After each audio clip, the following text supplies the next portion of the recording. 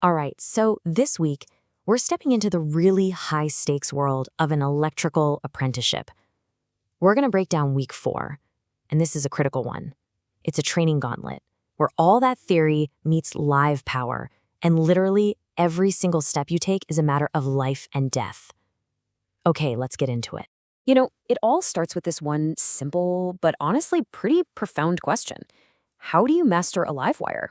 And the answer, it's not about being brave. It's about discipline, it's about knowledge, and it's about having this unwavering respect for the power you're dealing with. And that's exactly what this week is all about, building that foundation. So first things first, before an apprentice can even think about touching a piece of energized equipment, they have to prove they've mastered the fundamentals. And that means knowing the rules of the road, the electrical code, and knowing their own personal life-saving gear inside and out. Right out of the gate, the week kicks off with a practical test. No multiple choice here. You have to physically show that you know your personal protective equipment, your PPE, backwards and forwards. This gear is your first and your last line of defense, and trusting it, well, that starts with knowing it flawlessly. This right here highlights a super important concept from the National Electrical Code, or NEC. See, just a simple off switch, that's not safe enough. The code demands what it calls a lockable disconnecting means. All that means is you can physically put a lock on a breaker, making absolutely sure that nobody can accidentally turn that circuit back on while you're working on it. It's a simple rule, but man, it prevents fatal mistakes. And look, understanding the code isn't just about memorizing stuff for a test. It's all about application. So the next big challenge is a formal exam where you have to actually navigate the NEC rulebook, find the right sections, and apply them to real-world situations. It is an absolutely critical skill for any electrician. Okay, another huge one from the NEC is understanding the difference between grounded and ungrounded systems. This stuff dictates how a system is going to act during a fault, and at the end of the day, how you approach it safely. You have got to get this down before you can take that next step. And here we go. This is where the theory stops and the practice begins. The apprentices leave the classroom, they walk into the lab, and now they have to apply everything they've learned on actual, energized equipment. So the first lab is a full-blown lockout/tagout, or LOTO, procedure on a live panel. And this isn't just about flipping a switch. Oh no. It is a meticulous 6-step process that is designed to remove any and all doubt. But you know what? One of these steps, it's more important than all the others combined. And that step is verification. You see, assuming a circuit is dead is one of the most dangerous, most deadly mistakes an electrician can ever make.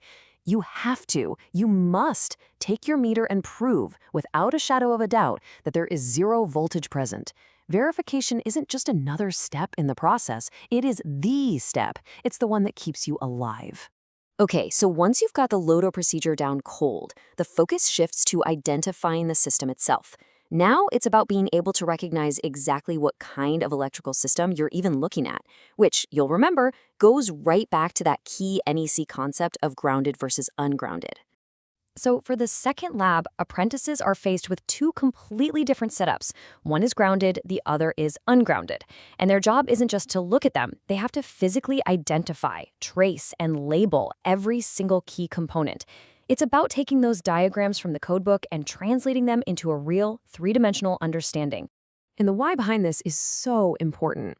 A grounded system that's designed to trip a breaker instantly if there's a fault, protecting people and equipment. But an ungrounded system, you find these in places like hospitals where a sudden shutdown could be catastrophic, that's built for reliability.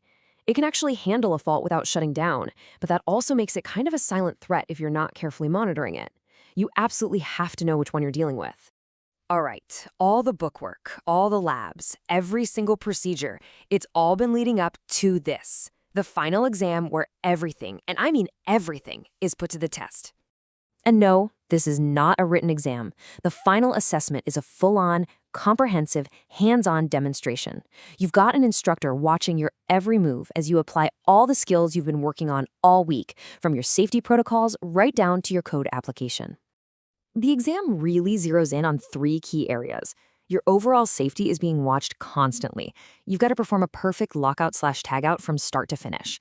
And you're going to get quizzed verbally, applying those NEC concepts directly to the gear in front of you. There's really nowhere to hide.